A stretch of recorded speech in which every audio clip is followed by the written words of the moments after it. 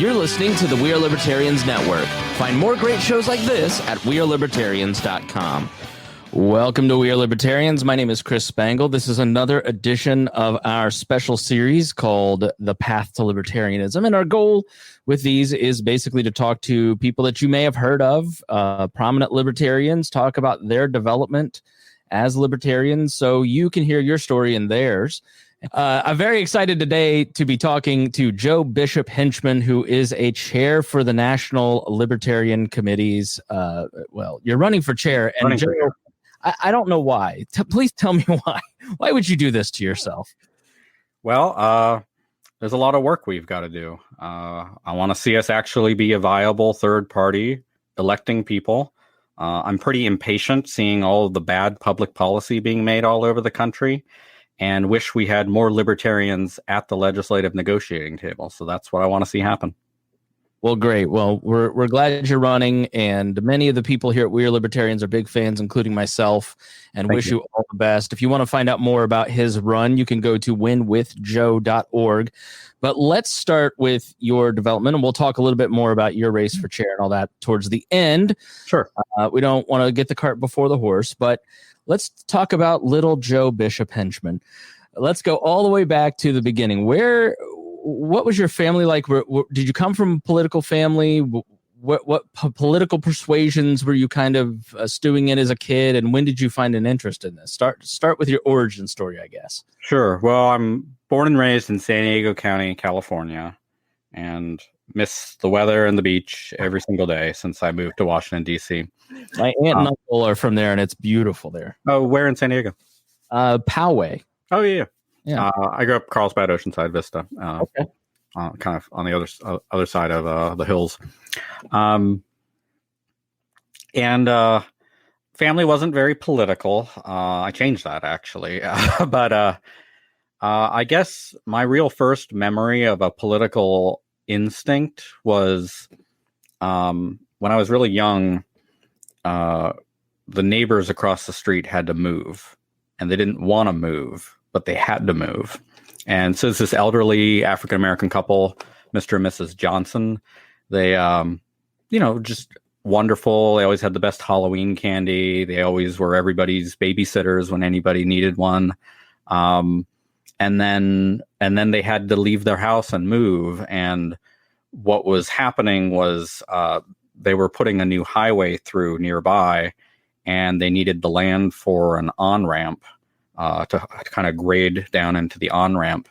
And so they took their house and told them they had to move. And, I didn't really understand why they had to move. We had to go through them saying their sad goodbyes and moving, and it left the neighborhood worse for it. In the end, they ended up rerouting the highway. So they never actually did anything with the house that they took. So I just looked on Google Earth. It's still an empty lot to this day. And I guess at that young age, I first started realizing maybe the people in power don't really know what they're doing. So kind of a proto-libertarian instinct, I think. And At what age were you? I don't even remember. I was less than 10. But we were at the San Diego County Fair in 92, so I would have been 11 at that point. And Libertarian Party had a booth at the fair, picked up some literature, and, it kind of made sense to me, and even that young. And then in 96, Harry Browne and Joe Jorgensen were the national ticket, and I organized a little pamphlet handing out chapter of Youth for Brown Jorgensen 96. Were you the one? Were you like? we had two others, so maybe the largest chapter in the country. I don't know, but and printed up our own little pamphlets and handed them out, and then we were off and running. When I was a teenager, San Diego passed a curfew law in order to tell teenagers they had to stay inside after dark. Based on this misguided, teenagers cause crimes and all that. So we organized a bunch of protests against it. An organization called Libertarian Rock So it was kind of a combination of a whole bunch of different groups. But, we did the messaging and everything. And MTV actually came out and filmed us protesting against the curfew. So that was my first media appearance. I would have been 16 at the time. Do you remember the show? Because I bet you that my high school was featured on the same show you were featured on. The show was called Fight for the Right.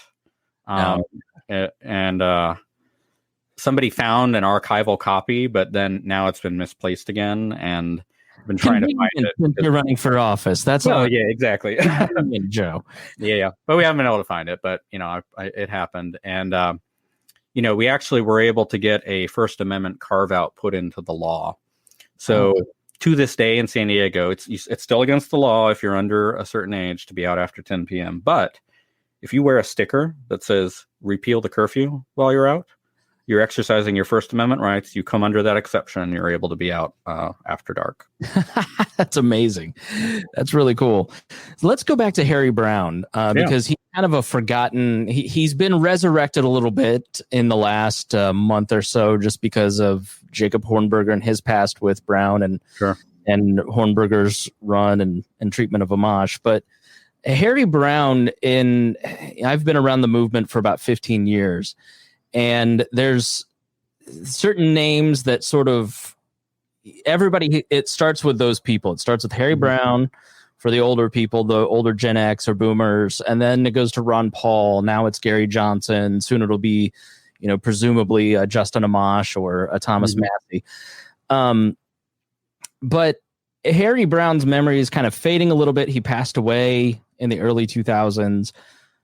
Can you talk a little bit about Harry Browne? What attracted you to him? I know you were younger, but what are some of your memories of Mr. Browne? Well, I don't want to overstate it. I think I only met him twice in my life. Once when he his campaign swung through San Diego in 1996, and then once in the Bay Area when I was in college. The Cal Libertarians, which I was either vice president or president of at the time, we all went over to go to his fundraiser in 2000. So those are the only times I ever met him. But his book, he wrote a lot of books, but his book, Why Government Doesn't Work, which was his 96 campaign book, came out in 95. It's on my shelf. Oh, yeah. It really just spoke to me. And, every libertarian's got some favorite books, and they're all kind of different ones. Objectivists really like the kind of philosophical or fictional scope of Ayn Rand, and obviously a lot of people like Mises and Rothbard. I guess I'm a charts and graphs and timelines and history kind of guy, and that's really kind of how Why Government Doesn't Work is set up. It's kind of a classic public policy brief of outlining the problem, explaining why the problem is the problem, and then laying out solutions. And he does that for, I think it's 10 or 12 different issues, and those are the chapters of the book. And it was persuasive enough for me that there were a few areas at the time when I first read it where I wasn't fully on board, and it completely turned me around on some of those issues. And to this day, I still hand out to kind of new libertarians, I still hand out the book because that's it's what kind of pulled me in. So when Governor Lincoln Chafee joined the party last summer and came to Washington, D.C., I gave him a copy of Why Government Doesn't Work by Harry Browne. And I said, I really like this. I hope you really like it too.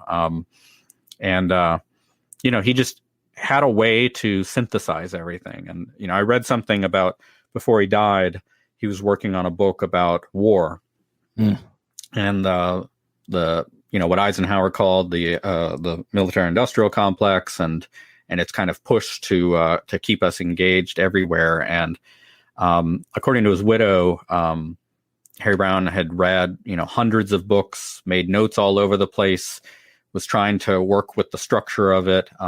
So he just didn't sit down at a computer and dash stuff off. Everything he wrote was thoroughly sourced, thoroughly referenced, absolutely factual. And, that just really spoke to me. Yeah, he wrote several different types of books. One about investing. Mm-hmm. There's one that I have relied on a lot, along with Jeffrey Myron's book and Ron Paul's book along the same vein. Liberty A to Z, I think, is what Harry Browne's book is called. Ron Paul's was Liberty Defined. There's some of these, and the thrust of these books are basically it's a little mini explainer on that particular issue. Mm-hmm. So you flip to the Social Security section, and then he's got a bunch of talking points. And Liberty A to Z has been really helpful for me over the last decade. And what's funny about Harry Browne's Why Government Doesn't Work, because I went back and I looked at it about a year ago, just kind of looking through it. It really, you don't think about, I'm 36. I don't know if you want to share your age. 39. So we're about the same age, but being politically interested in the 90s and being awake and aware of kind of what was going on, you go back through Harry Browne's book or the Clinton 92 campaign book, and you just see how different politics was. Yeah. And how those books, those campaign books, those debates, everything was so much more policy focused, lots of conversations about things like Social Security and how to reform it. And politics just seems so different now, to the point that Harry Browne's book almost doesn't connect because it's so wonky compared to what we talk about now, which is character and people. And it's almost the talk radio / reality TV-ization of politics has kind of drifted us from those policy points. Yeah, maybe. I sometimes joke every president seems worse than the one before it, and it kind of doesn't seem possible how we can continue along that train of things. I think there's a lot of demand out there for solutions. I don't think Congress's approval rating has ever been lower than it is now. And it's never really been that high, but it seems to be going ever further downwards. And I'm in DC, so I'm based in Washington D.C., so I interact with a lot of the different players and the people engaged in this ecosystem here. And it's just miserable being a member of Congress now. You spend all your time fundraising. You have no ability to introduce anything. Leadership decides everything. So you end up with people who want the job for the perks of it, or want the job to climb to something higher.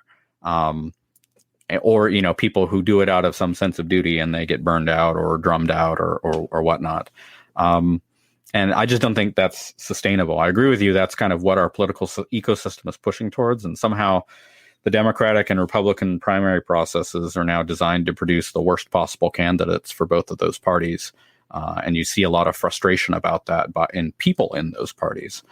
So I'm hopeful that, being able to talk about how we would go in a different direction has an open audience. And, I reread through Why Government Doesn't Work again last year, the same. And his ability to kind of prophesize what would happen is kind of startling. So like on the chapter on healthcare, at the time we were debating like prescription drugs and covering children and all of that in the 90s. But he kind of laid out the history and the trend of things in the expansion of government involvement in healthcare. And at the time he said half of every dollar spent on healthcare is controlled by government, and that's distorting the market. And kind of here's what will happen next. And then after that, this will happen. And then after that, this will happen. And he didn't put dates to it because he wasn't trying to be Nostradamus or anything. But everything he laid out in that sequence of events has come to pass. And there's more things along the sequence of events. And the last one is basically the health enforcement agency finds a French fry in your glove compartment and fines you or arrests you for imposing excessive costs on the state for the healthcare system. So, at the time, I thought that was ridiculous. They're never going to, launch some war on fatty foods or something. But, a lot of states have already started doing that kind of stuff. Yeah, including Michael Bloomberg. So how you're running to be at the top of the food chain? I know Nick Sarwark calls himself the least important libertarian leader, something along those lines. Right. But how does the Libertarian Party or libertarian movement at large stand out? Like, I view the future of the Libertarian Party as the voice of the small business owner, the voice of the middle class, as Republicans start to chase after the working poor and the Democrats start to chase after the uber rich, in a weird confluence of events. The people in the middle, the sane people, the people who are just kind of scratching their heads, really 80% of this country going, I don't know what any of this is. I'm not interested. I'm just looking for solutions. how do we craft a path forward as a movement to really start to give normies, regular people, solutions? Well, a lot of people now are feeling politically homeless. Registrations for independent have never been higher. A lot of people aren't voting, even though they care a lot about the system. And, you just seeing the lack of enthusiasm for Joe Biden on the Democratic side and seeing the alarmism from a lot of people on the Republican side about their choice as well. I think there is a big opportunity for us. A lot of it is just kind of usual campaign tactics of figuring out our messaging.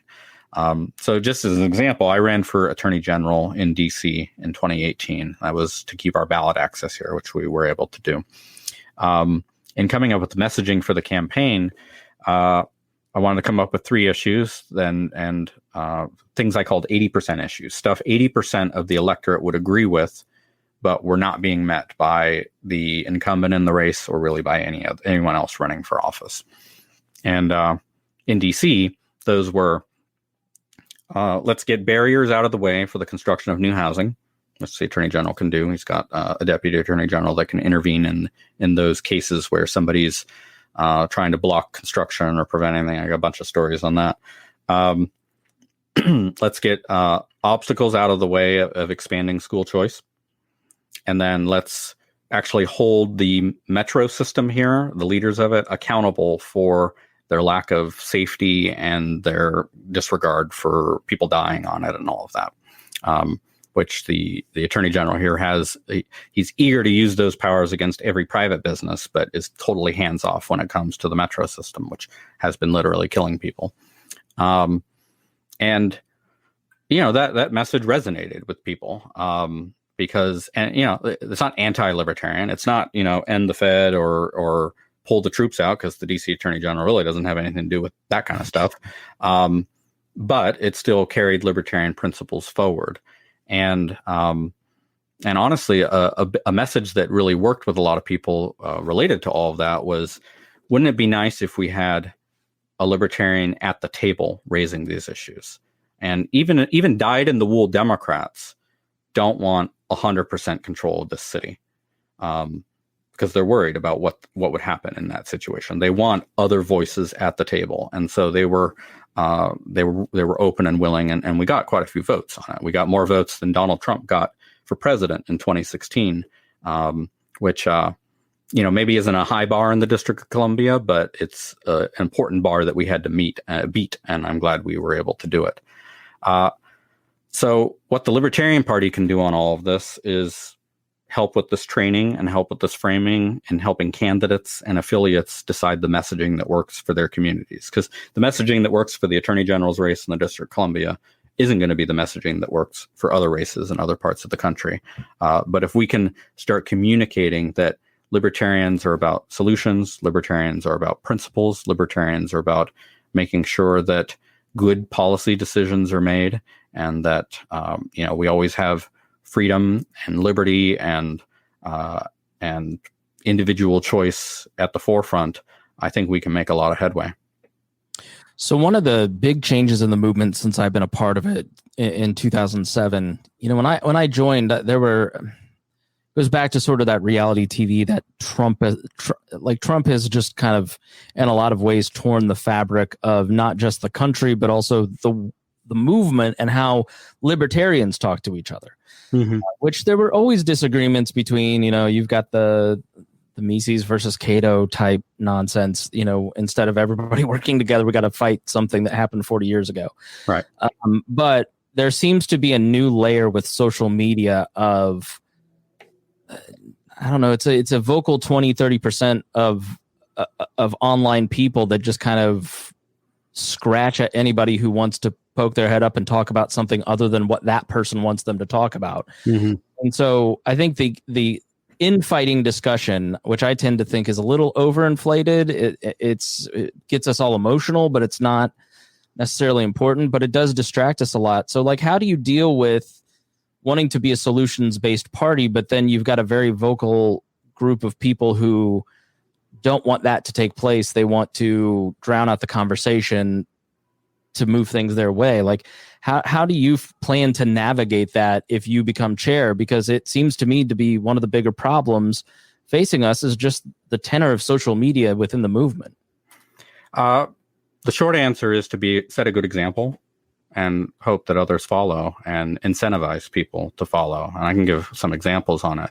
So, I moved to DC in 2004, but worked in the policy space, worked in transportation policy, worked at the DC Attorney General's office for a bit, and then in tax policy and helped build organizations, been board chairs and so forth since then. And, went to law school somewhere in that anyways. But anyways, so I've been active in the libertarian movement here in DC for quite some time and interacting with a lot of people. And there's obviously a gap. There's a lot more libertarians than Libertarian Party members. It's kind of orders of magnitude more. And so I've always been kind of the weird one that's, involved in the DC libertarian scene while also being a member of the party. There's not a lot of us, at least there weren't used to be a lot. There didn't used to be a lot of us, in part because I think the Libertarian Party has a reputation of kind of not succeeding, of being, the circular firing squad that doesn't want to do anything. And, I think 2016 belied that. I think 2016, a ticket was nominated to try and to try to get in front of Americans and try to offer a real choice for America on who to vote for president. And so that's when I started to get additionally involved in the National Party. And in 2018, I decided to run for the National Committee. National Committee consists of 17 members, 4 officers, 8 regional reps, and then 5 at-large members. So I ran for the at-large seat, one of the 5 at-large seats. And all sorts of people told me, why are you bothering? You're not going to get anything done. It's hopeless. It's just don't do it. But I wanted to try. And honestly, my campaign messaging in running for that race was, I want to run to be a voice for solutions. I want to be a voice for figuring out problems and solving them, hiring good staff, making sure they're empowered, setting goals, testing and trying things and reinforcing success. And I ended up coming up in second in the race out of the 5 and was elected. So even among libertarian delegates, which of course, is an even smaller subsection of Libertarian Party members, that message has a open audience, a willing audience. And so they were willing to elect me. And, we'll find out in the chair's race if they're willing to give me a promotion further and try to carry that forward into the leadership of the party. I'm pretty optimistic about it. You never say never, and the vote, nothing matters until the final vote on it. But I truly think that there is a large, maybe less active on social media majority that wants the party to help solve problems and has a shared vision of an America being set free in our lifetime, which means we've got to do a bunch of stuff now. Yeah. So I want to ask an uncomfortable question. Sure. I respect Nick Sarwark, and I've known him a long time. And I think that if when we look back at his chairmanship, he's been the most successful chair in my time in the party. And I think, for instance, the office is in great shape, and the party, by and large, is in good shape. But we have a congressman. Yeah, when there's the Libertarian congressman, I think we're on the verge. If Amash gets elected, this is my opinion, not Joe's. If Amash gets selected as the nominee, I think it will be, he announces and he's on the Sunday shows this week. That's not going to stop. It's going to continue. I think it'll be a very successful year. And I'm sure that he was instrumental in making Amash comfortable with the decisions that he's made, in terms of, here's the roadmap. Here's the support that you'd have from local and states. And here's the picture, right? My main criticism of Nick is his online behavior. I think picking the fight a couple years ago, I was very vocal about he shouldn't pick fights with people like Tom Woods, because I look at it and I go, why pick a fight with people in the libertarian media? When I started this show, there were like 2 other libertarian podcasts, and it was Libertarian Solution, a radio show down in Arizona, and I don't even remember the other, and me. And now we have there's quite a few. There's a blossoming ecosphere of this, and he's fearless, but sometimes it's ill-advised to be snarkwark, as he's affectionately called. I hadn't heard that one. Yeah. And he and I have had our back and forth, but I do have respect for him. I think that he is well-intended, and the rumors of the CIA and all that stuff is just so overblown. How do you intend to use social media? I mean, I would just say that is my big drawback, is that he made unnecessary enemies and relished a little bit in that too much. And I'm sure that that's going to be a lot of our listeners who are going to be delegates. They're going to want to know, like, hey, is this going to be the end of that? Or how are you going to handle social media and move forward with promoting the party? Yeah, no, it's certainly a fair question.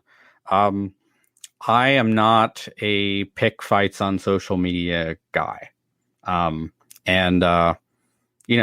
if I've got a personal Facebook page, and then I've got a campaign, or kind of at-large member, and now a campaign Facebook page. And on both of them, I'm laying out what I see as the facts, and sometimes photos of my dog and my husband. So today's May 4th when we're recording this, and so it's the 50th anniversary of the Kent State shooting. So on my personal page, I wrote up a little just summary of what happened at Kent State for people that might not be familiar with it. And I'm not attacking anybody on it except maybe President Nixon, and just sharing, a little bit of history that's part of our legacy and something that we should never really forget. And then on my personal page, or on my campaign and at-large member page, we had a really controversial vote on the National Committee on Saturday. So I posted something of what the vote was, who voted what way, and then as the first comment, I posted why I voted the way I did, and I've done that consistently throughout my at-large term. So, I can't promise I can't promise everyone's always going to agree with everything that I would do as chair. That's impossible. But I can promise that I'm going to be as transparent as possible about why I'm doing what I'm doing, and I'm going to explain about it. And if you disagree with me, I'm going to be respectful in talking about it. Because I do think we have a respect deficiency. And it's not everybody, but it's a lot of people, because there's a lot of libertarians who get burned out in the Libertarian Party. And it's partly overcommitment, and it's partly our welcoming committee is not as welcoming as it could be. And I'd like to change that. And, I can't bang a gavel and change it. I can't decree anything and change it. All I can really do is set a good example on it, and that includes social media presence. And, when I joined the National Committee, there were all sorts of factions on the National Committee. And, we were just coming off the term where we had Arvin Vora and all that stuff. That was before me. But I joined, and so there was still a bit of a legacy of the tension from that. And honestly, it took us 6 months of talking past each other. We didn't really have a good kind of icebreaker, get to know you thing. We just kind of got thrown into it, and everybody communicates in a different way. Everybody has different priorities, or, we may all share the same goals, but we have different emphasis within them. And we kind of had to feel that out with each other. Since then, I think we've been a much more constructive National Committee. We disagree on stuff. We have close votes. We battle on things, but we're able to talk on it and leave the fights at the table. And I think that's a lot of what's required. And I've tried to be part of that. I've tried to draw out points of compromise, draw out, instead of focusing on motivations or intentions, talking about what our goals are and what outcomes would be, what concerns would be. And So I've at least tried to contribute to that, and I've gotten quite a few endorsements in this race from members of the national committee, more than either of my opponents, and across factions. So, I'm a pragmatist, but I've got a lot of radicals supporting me, got a lot of people in other groups supporting me, in part because I think they understand that I want to be fair and that I want to build something up, not break it down. Yeah, and that's one of my that's one thing I've noticed is that the LNC, the little bit I've paid attention, this LNC specifically has been fairly good. I mean, I've seen some battles. I mean, the Wayne Allen Root days, for instance, or just some of those early 2010 days were brutal. This seems to be an LNC of people who get along, and while there are factions, they feel there's people feel heard, and they're, I don't know, like the convention being moved and dealing with the pandemic stuff is kind of the first little argument that I've seen pop up, and it doesn't seem to me to be handled in the toxic way that it was in LNC's past. So, to whomever is responsible for that, I'm sure you are part of it. The chairman's part of it. Thank you. Team effort. Yeah, it's a team effort, and just getting along. I think that personal level, like I look back and I think, man, at the time I thought Lee Wrights was this way, but as time goes on, you learn to go, I really respected Lee Wrights. I respect him now. I respect George Phillies. Some of these people at the time when you're in the middle of it, you don't have as much appreciation for as you should. I mean, I got a story on that, which I tell too much now, but I haven't told you yet. So I don't know what you're talking about. Go ahead. Yeah. So at our first budget meeting of the term, we were presented a deficit budget, negative 6 figures. And we already, we just come off of a deficit budget the year before. We had no money in the bank. We had $100,000 of unpaid bills. We just couldn't do a deficit budget. And at the first day of the LNC meeting, we just kind of spun our wheels and didn't really come up with any solutions. And at the time I'm a freshman on the national committee. This is my first budget meeting, and so I kept waiting for somebody to, we got a lot of reelected incumbents there, to step up and say, we can't do this. Here's the solution. And just so by the end of the first day of the 2-day meeting, we hadn't gotten it. We hadn't made any progress. And I ended up hanging out with Richard Longstreth, who's the representative for Region 1, which is like the Western states. And he's radical. I'm a pragmatist. In votes up until that point, I don't think we had ever voted together on anything. We really have different conceptions of where the party should be going and kind of the end state of libertarianism and all of that. And, you name the issue, I don't think we agreed on it. But we both want the budget to be balanced. And, he's an accountant by trade. I'm a lawyer who's got a lot of nonprofit management experience. And we were just griping together about it. And, kind of together, we both said, let's come up with an alternative. And, let's just make it a real alternative, because, I don't want to vote. I remember saying, I don't want to vote against this without at least trying to put something better together. And so we stayed up very, very late into the night, going through every line item in the budget, draining all the slush funds, finding all the hidden stuff, haircutting everything, but making sure all the essential stuff kept going. And then the next morning we were going to present it. I think I honestly thought it would fail 2 to 15. They'd pass it, but hey, at least we would have tried. It took all day, but it ended up getting adopted, and that's how the LNC balanced its budget.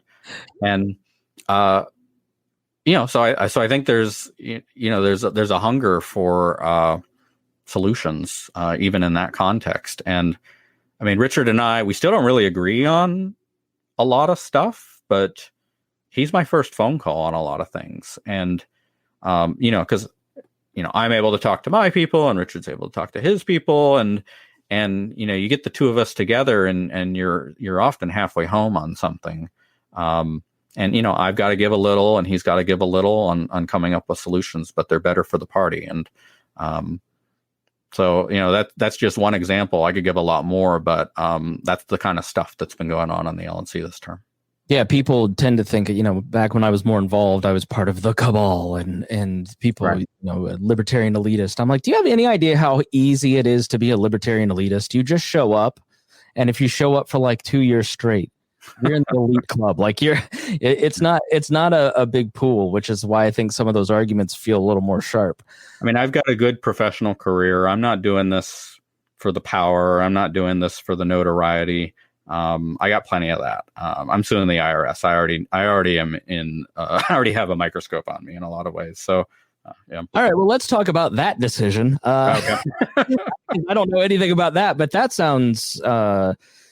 What are you doing? What happened? Why are you suing the IRS? Okay. So my day job is I battle state tax policy. So I go all over the country fighting bad tax policy. I built up a team at a nonprofit organization that I worked at for about 10 years. And by the end of my tenure there, we were knocking down about $2 billion a year in state taxes. So not bad work. And, it carries over into some federal stuff. So the Institute for Justice, which is a libertarian public interest law firm here in the DC area, one of their core issues is licensing. So dumb laws that require people to get licenses for stuff that you don't really need a license for. So the IRS passed this regulation that said if you want to prepare tax returns for money, you have to get a license from the IRS and pay this excessive fee. It's dumb. Because I'm a lawyer, I'm actually exempt from the license. So, I mean, anybody who thinks this is about like qualifications or knowledge of the tax law, it's nonsense. It's not. It's just a money-making scheme from the IRS. Well, not just money-making, but we've also seen in the shutdowns why business registration matters. If they don't register your business, then what else do they have to hold over your head if they want to enact shutdowns, for instance? It's about power, too. So IJ got that struck down. That licensing thing was thrown out. So good job. They did amazing work. I helped do a expert testimony in that case, and it was great that they did that.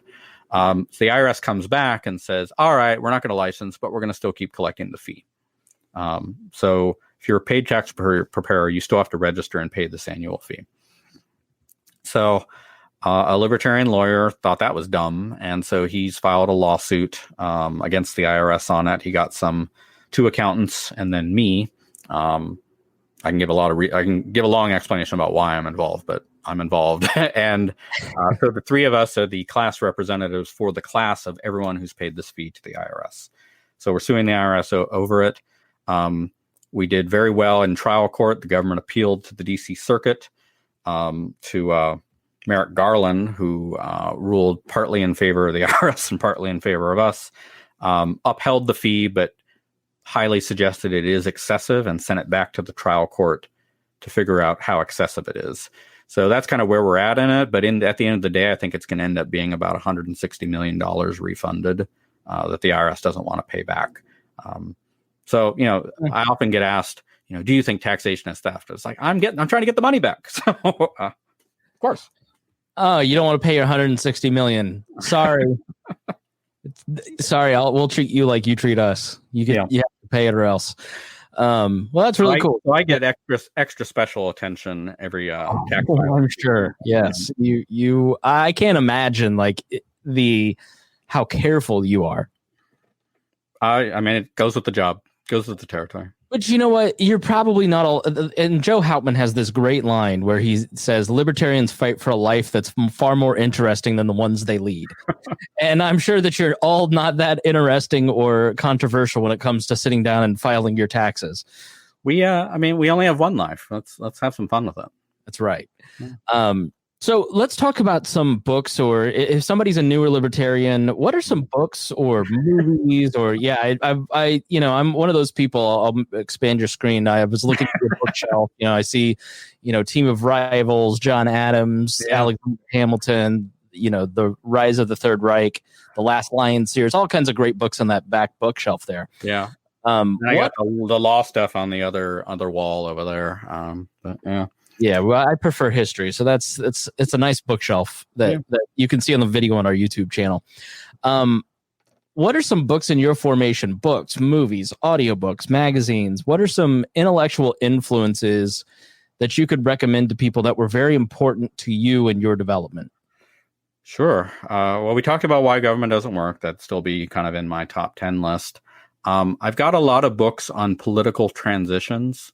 It's something that really fascinated me when I was getting my degree in college, moving from one form of government to another, which was happening quite a lot in the 1980s and 1990s. So when I was in college in the late 90s, there were a lot of new papers and books that had just come out on it. So, Brazil moving from a military dictatorship to democracy and kind of how they did that, or Eastern Europe, Poland choosing between shock therapy versus gradualism and what were the pros and cons of those approaches. So that kind of stuff really fascinates me. I think it's relevant because in a way, libertarians are advocating for transitions of one type of system to another type of system. And a lot of the kind of philosophical debates we have in libertarianism is really, how fast, how slow, how do we do that transition? So I found it really good of informing stuff. I've got quite a few books on healthcare policy. My mom was a nurse growing up. My dad worked at telecommunications in a hospital for 40 years. So did my uncle. I mean, I'm like the first in my family to not be in the medical industry. But, I still have a big interest in it. And it's kind of this overarching giant problem that nobody really has offered good solutions for. I mean, the Republicans came in 2016. Basically, it all teed up for them to pass something on healthcare, and they were incapable of doing it because they don't really have any idea what they want to do. Democrats have ideas what they want to do, but it's just, spend a bunch of money and make everything worse. So, I do read a lot on that. I got a lot of legal books. Let's see. Let me look around. Yeah. Got some religious stuff. It's a lot of this transition stuff. I've got basically every biography of President Eisenhower. And it's really fascinating reading those because the treatment of him by historians changed dramatically over the years. Really? Shortly after he left office, his perception of him was that he was just this do-nothing president that played golf all the time and didn't really do anything. And since his papers have come out and since other biographies have come out, it shows how untrue that really was. I mean, he used to be a general. He was the Supreme Allied Commander. I mean, he wasn't sitting around doing nothing. He was very much working every day to make things happen, but he understood how you got things done, which is by working through other people, by creating incentives, by creating the structures for people to succeed. The Eisenhower grid comes from him, which is this management technique where you sort out what's urgent and important from each other to help you decide what to focus on and what you need to schedule and what you need to delegate and everything. Frankly, he was teed up with so many opportunities to send in American troops that he passed on. He did a few times, but for the most part, he passed on it, or he did it as this superficial gesture just to say that he did it, and then he pulled the troops out very quickly. So like in Lebanon, he sent in troops in 1958 in Lebanon to basically sit on the beach for a month or two, and then he pulled them out. But it was just basically a big gesture. But that was in opposition to the military brass, which wanted a much more full-scale involvement. And, the same thing happened in Vietnam, where he resisted pressure to go bail out the French and send in American troops. And he diffused a lot of international crises during his tenure, lessons, unfortunately, that President Kennedy didn't really learn until it was too late, and, causing the Berlin standoff and the Cuban Missile Crisis and so forth. In Vietnam. And it's just kind of been fascinating reading kind of how he operated and what he did. Politically, I don't know, how much I agree with President Eisenhower, but in terms of him, he may be at least one of our best presidents in keeping us out of war and managing the job and keeping everything moving. And obviously the farewell speech, which libertarians often quote, that not a lot of normal people talk about, the military industrial complex speech. Yeah, and just think about like what it would be like hearing that from the first time. And this guy who's, conquered, beat Hitler, and is the number one general in the country, and he chooses his farewell speech to be, beware of generals. Don't let them lead public policy. And we mostly disregarded his advice. We still do to this day. So that's why I think it's still so timely, and the day will come where we follow his advice on that. I also have a lot of Train books and a lot of Dick Tracy comic books. I got C.S. Lewis Chronicles of Narnia, which I basically know by heart. I love that series. And I've written a few boring books on tax policy in certain states, which are real page turners. An author as well. Very good. Yeah, it is interesting to study history through the lens of like a single person, and that's why I love biographies, because you do, especially biographies now, they take, the Chernows, the Ambroses, the McCulloughs, they try to include social history as much as they do just the biography of the person. So you get a better understanding of kind of politics at the time. Robert Caro's, my president that I've really enjoyed reading about was LBJ, and Robert Caro's series on him, which, what an awful human being. You don't walk away with the same respect for him that you do with Eisenhower if you read those books. But yeah, studying history through the lens of a single person, Taylor Branch's MLK biographies and the study of the civil rights movement, it just gives you such a better appreciation. And then if you attack it from multiple authors, H.L. Mencken's one of my favorite people to ever live, and I've read several biographies on him, and you just get a different shade of a person based on what that person chooses to cover, which I always find to be fascinating, like what catches the attention of the biographer about that person too. So I have an LBJ story for you, which I know you haven't heard yet. Alan Boyd, who was LBJ's transportation secretary, is still alive. He's really old, but he's still alive, and he just wrote a biography, and includes some of stories with LBJ, which, as far as I know, have never been talked about before. And one of them is,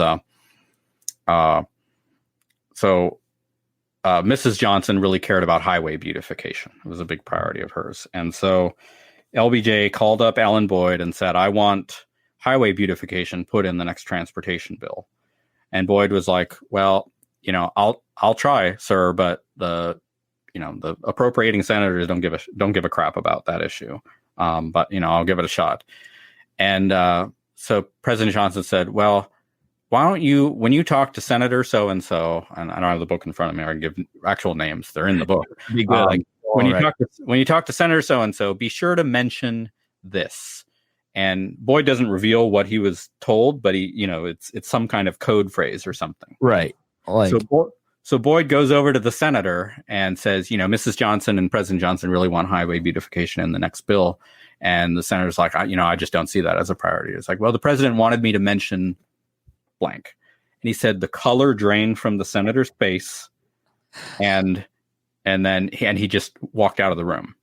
And then in Boyd's telling, he's in the gallery when the Senate's debating it, the bill, and the senator comes out and he says, I need to amend the bill to add language on highway beautification. And does anyone object? And no one objected. And he put it in, and he said the senator looked up at Boyd in the gallery with pure hatred on his face. And he said the senator never talked to him again for the rest of his life. I don't blame him. And then the next scene is the signing ceremony for the highway beautification bill. So that's how we got highway beautification.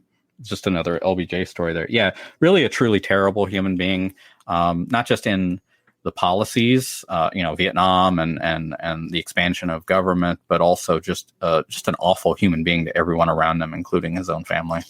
And it's just a great study in just following orders. I mean, you watch One Child Nation on, I think it's Amazon Prime, or you read about the development of Nazi Germany, or you read about LBJ and his cabinet. It's like people absolve themselves of participating in that. I mean, that's a very small little evil.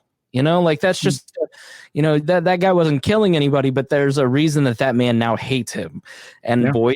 Boyd is absolved himself of it just because he, LBJ told him what to do. And it's fascinating what people will just kind of walk away from. Yeah.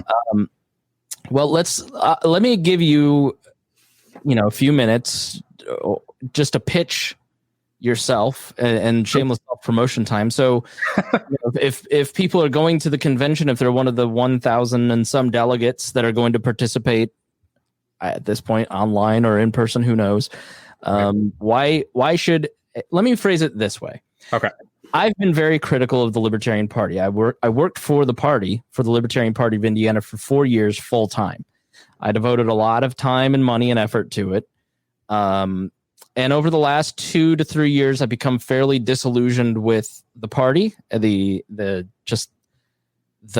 emotional strength that it takes to stay in the party sometimes, combined with the returns that I see, as I go around and talk to local establishment figures.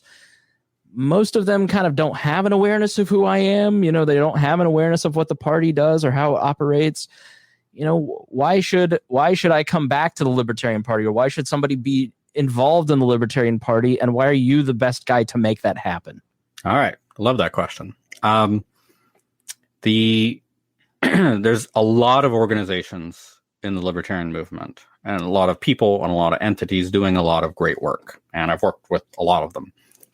Educational organizations, student outreach organizations, professional organizations, on the ground activist organizations. There's only one organization focused on electing libertarians to public office, and that's the Libertarian Party. So it's kind of incomplete if you're a libertarian supportive of all of those efforts, but not the one that gets the libertarian at the legislative negotiating table. And, I don't begrudge anybody for not being involved to date. Most libertarians aren't involved in the Libertarian Party to date because we haven't proven concept of success. We're 49 years old, but seemingly still in startup mode. And we got to change that. So let me talk about some of the things that I want to see, and some of which we're already working on to change that. One of them is Libertarian Frontier Project. Out in the Mountain West, one of our contractors did a lot of deep research, kind of on his own time, to figure out districts where we've got a fat and happy incumbent who, from usually a Republican, who, is disconnected from their district. It's a small population district, and wouldn't require a lot of media, wouldn't require a lot of money to kind of dominate and run a competitive campaign. So we identified a bunch of those districts.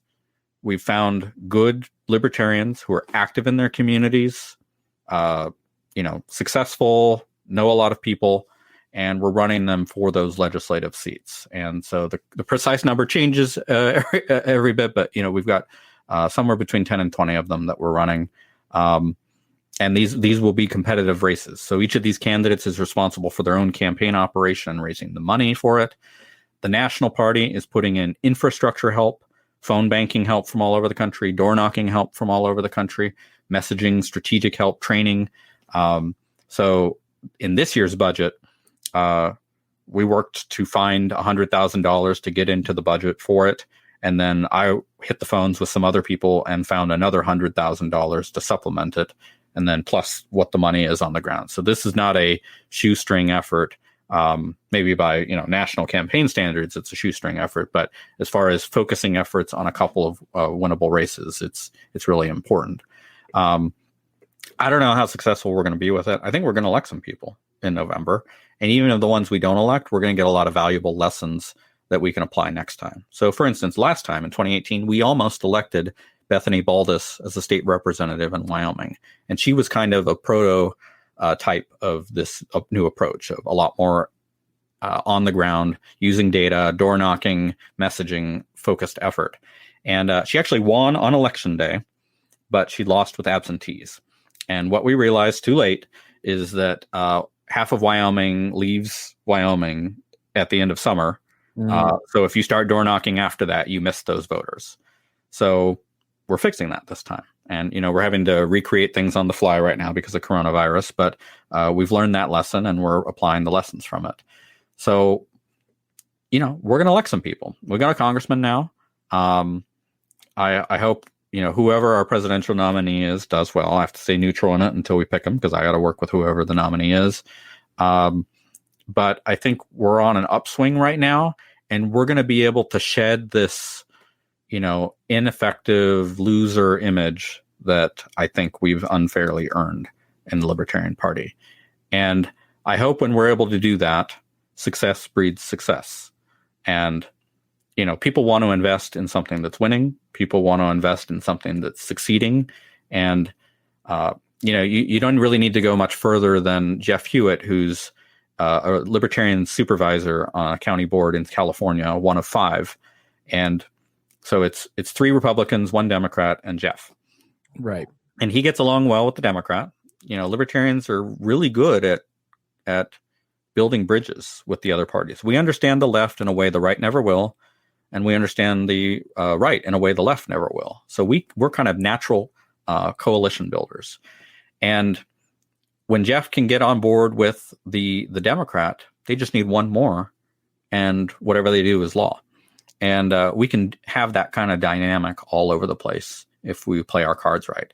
It's going to be a long time before I think we can elect a majority of the Senate or a majority of Congress, or, well, I never say never in politics. I feel like I've lived a lifetime in politics in the last 10 years, but I think we're on the verge of being able to change a lot of things. And, anybody who finds this appealing, anybody who wants libertarians at the policymaking table, anybody who wants to celebrate libertarian victories on election night, we need you now, because we need reinforcements of people who share that vision and who want to make it happen. And I think we're making a lot of progress on it. And we'll see how the rest of 2020 goes, but that's what I'm committed to. That's why I'm involved. I don't have any free time. This is a nights and weekends thing for me, really.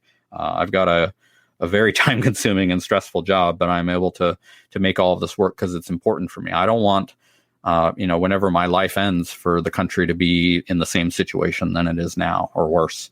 And if it is, I don't want it to be for lack of trying. How stressful does somebody's job have to be for LP chair to be a vacation? I do. I'm a lawyer's lawyer, so oh gosh, I'm who lawyers call when they have a crisis that they cannot figure out. So every time my phone rings, it's crisis management. Yeah, I think it was so frustrating 10 years ago as Campaign for Liberty was in full swing and the Ron Paul campaigns were kind of, transitioning. And the Amash experiment of we're going to change it from the inside, really, it kind of shows that's just not how it's going to work. He was elected as a Republican, but it's hard to change it from the inside because you never know what factors are going to come along. And the seduction, I think he's going to have a problem answering for some of the Massey, Amash, and Rand, which is why it's so funny to hear Amash isn't principled, because those guys were kind of the heirs to the Ron Paul movement. Mm-hmm. And you see in their 3 cases, the compromises that had to be made. And that's part of being in politics. Is just if you're going to be in politics, you're going to make compromises, because just like you were talking about earlier, you've got to have, I've got to call Longstreth and we've got to negotiate these things. And, it's just how it is. But it really does seem, with having a libertarian congressman and having Amash come over and having, just the candidates that we're going to run against, it does seem like the Libertarian Party is heading in a positive direction. So I wish you all the best. Oh, and I want to earn back your membership and all of your listeners too, not by just, coming on and begging you, but by making a party that you will be proud to be a member of. Can I borrow $25? I'm just kidding. And in full disclosure, and thank you to Ethan Bishop-Henchman, who is a patron of We Are Libertarians. So thank you. I would be remiss if I didn't give a shout out to the great Ethan. Yeah, it's my husband, if anybody's confused. So. Yes. All right. Thank you so much. Again, it is winwithjoe.org if you want to learn more about all the stuff that Joe is up to. Joe, thank you so much for your time. Anytime, Chris. Thank you to everybody listening to We Are Libertarians, and we will talk to you again next time.